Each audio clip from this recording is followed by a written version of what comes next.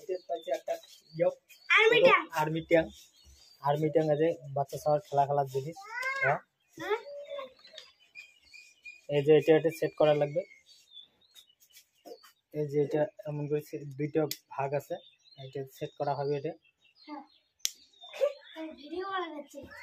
আর এটা লাগা হবে, ছাড়ি দেওয়া হবে। আমার মনে ছাড়ি দিস তো, আমার মনে ছাড়ি দিস। আমার বেট বল খেলা, এলো খেলা